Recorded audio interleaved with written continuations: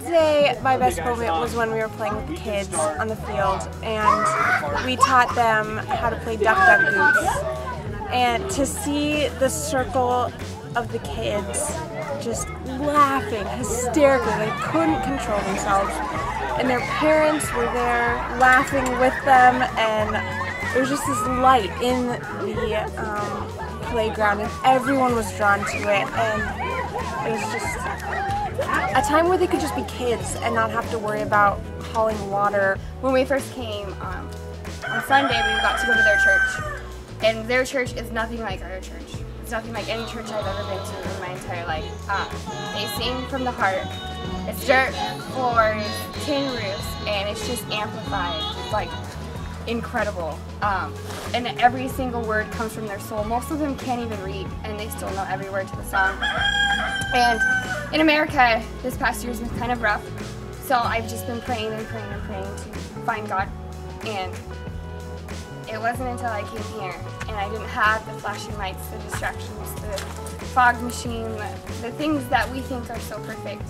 I didn't have that, and it was the first time that I got to see who God really is. First one was during the church service where Nicole shared her testimony, and I personally really felt it because I had a similar experience in Uganda, and to see the impact that it had on the people there and the number of girls that came up afterwards to talk to her about that testimony was just incredible.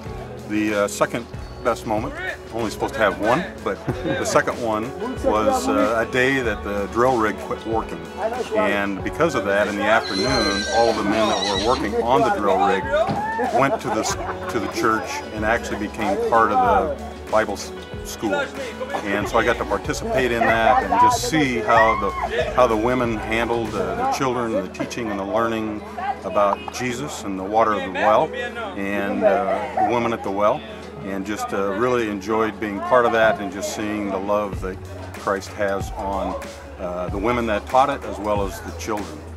Most enjoyable times for me was at the end of one day. I was just covered with mud, and we stopped at the playground, and I was just throwing a football with a couple of boys, and just thinking that maybe this was one of the rare opportunities they had for an adult just to play with them. The thing I most like about the Haitian people is they all seem real peaceful.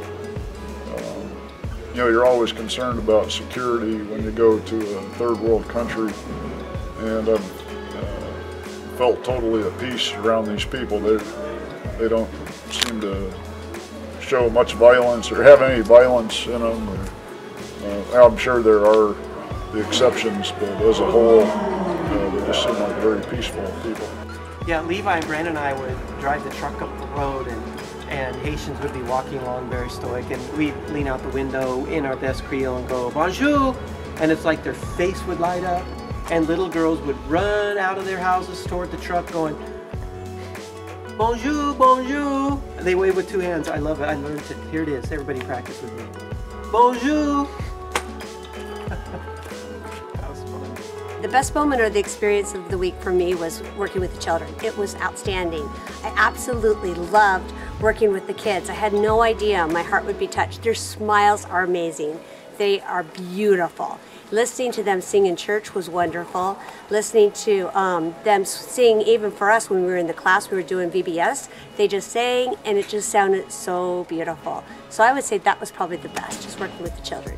One lady in particular, we had the opportunity to go out and pray with the families, and it was so amazing. If you went up to the women and you touched their hand and you ran alongside of their face and just gave them like a sound in their ear, they just had the biggest smile, and these women were very, very, very sick. They had nothing.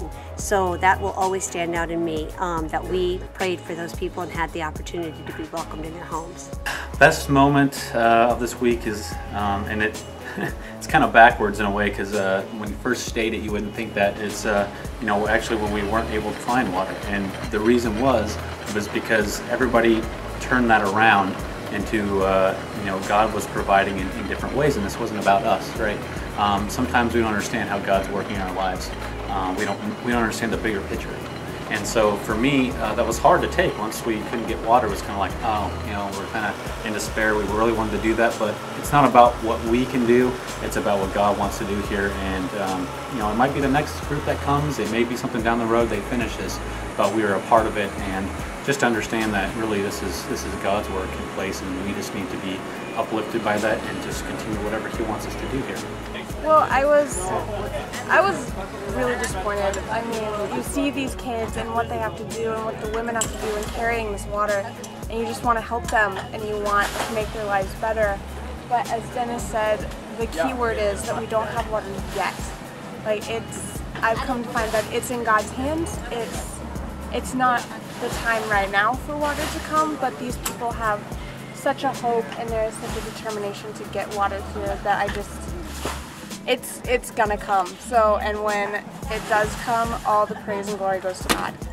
Well, it was really, really difficult to hear that we did not hit water. Everything had gone so smoothly and we were so hopeful, but when we found out we didn't, we just came back together, and with the knowledge of the Living Water staff, they made some determinations and we're going to try again. We know that God has a purpose, and as Dennis had said, He knows where that water is, and so we will just keep working and working until we can.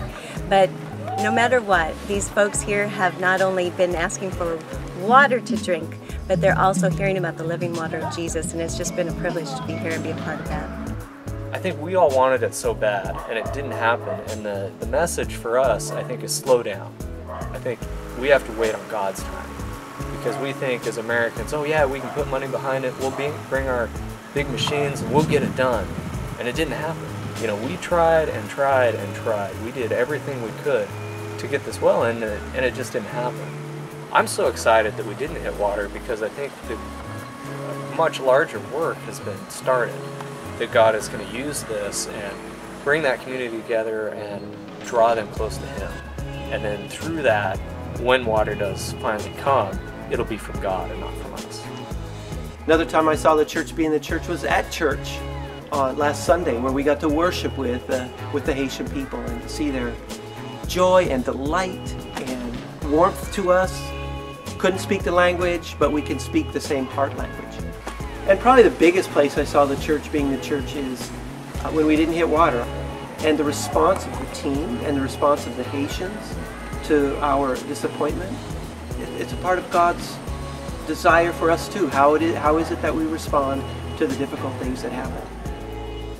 And we didn't hit the kind of water that we were hoping for. I think we were living water this week in our conversations. We were living water in our desire to see Haitian people come to know Christ. I think we were living water to each other, and one day, soon, there's going to be real water coming out of that hole. This was a terrifying trip for me. It was my first mission trip. I had no idea what I was doing, but just felt called by God to come here, and there was a lot of trial in getting here financially, and just, it was a very emotional time, but being here and seeing the work of God in action is an amazing experience. So I have come to find my faith is growing, and just come to find that I can put all my hope and trust in the Lord, and He will provide. I would say to anybody who has ever thought about going on a mission trip, do it. Just do it. I mean, you will be so blessed, unbelievably. You have no idea how blessed you will be. And you know, you can't come on a mission trip thinking you're going to help others, and it's amazing because they help you. And it's things that you had no idea didn't exist in you that are kind of brought to the surface. And I would strongly encourage everybody to just take the opportunity to do it, because you will see God work in so many different ways you have no idea, and that's what it's about. We all worship the same God. Realizing that it's not about my work, right? It's not about what we think we need to do all the time. There's always something else going on, and to never worry. Just continue to pray, continue to understand there's something bigger going on possibly, and just stay on God's path, keep praying, and continue on, and always have that faith, and just be strong in it.